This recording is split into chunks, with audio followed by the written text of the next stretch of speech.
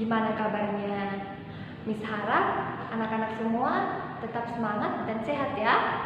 Nah, pada pagi hari ini Miss akan menjelaskan materi pembelajaran kita. Nah, sebelum kita memulai pembelajaran kita, ada baiknya kita berdoa. Berdoa dimulai.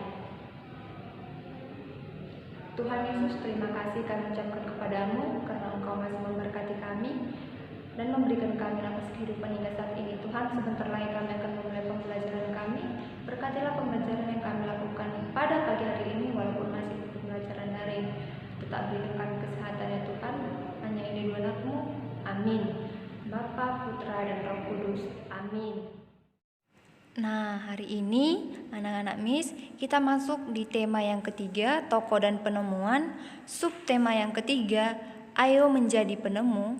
Pembelajaran yang pertama.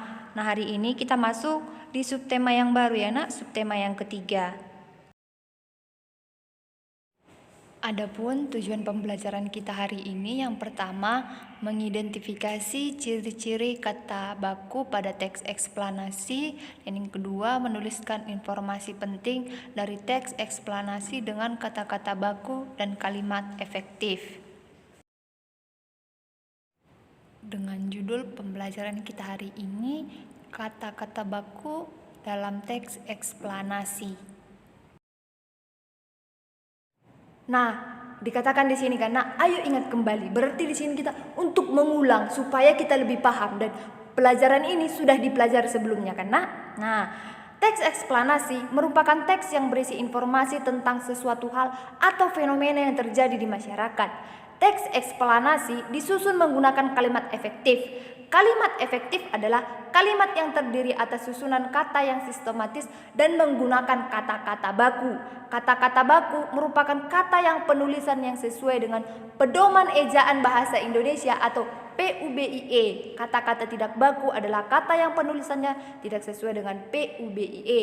Kata-kata baku digunakan pada acara-acara resmi dan penulisan karya ilmiah. Kata-kata tidak baku biasanya digunakan dalam percakapan sehari-hari. Misalnya ini apotek. Apotek itu kan kata tidak baku kan?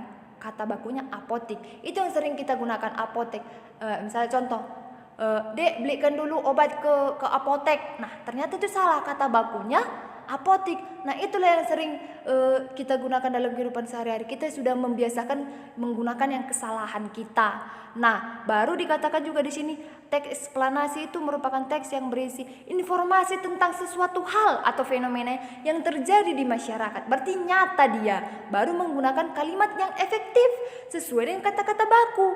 Ya nak, berarti kita harus menyampaikan sesuatu itu kalau pengumuman di masyarakat disampaikan pemerintah harus menggunakan kalimat yang efektif dan baku. Supaya apa? Supaya masyarakat juga paham akan apa yang kita jelaskan ya nak. Karena apa yang kita jelaskan itu akan mereka laksanakan nanti.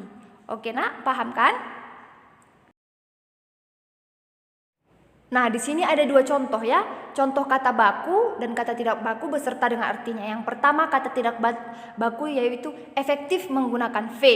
Kata bakunya efektif yang berarti menimbulkan akibat manjur katanya. Berhasil dan berlaku. Yang kedua, modern. Itu kata tidak baku. Kata bakunya modern. Beda ya nak, modern sama modern.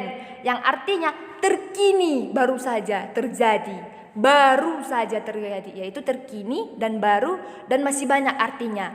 Gimana nak? Paham kan yang Miss jelaskan? Nah, demikianlah pembelajaran kita hari ini. Nah, Miss harap anak-anak semua dapat mengerti dan memahami pembelajaran kita hari ini, anak. Jika ada yang belum paham, bisa bertanya kepada Miss ya, atau bisa ditanya kepada ibu gurunya. Jangan lupa dikerjakan tugasnya.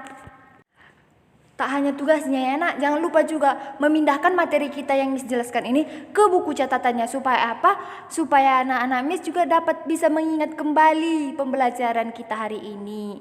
Nah, demikianlah nak, tetap semangat dan jangan lupa jaga kesehatannya ya. Terima kasih, selamat pagi.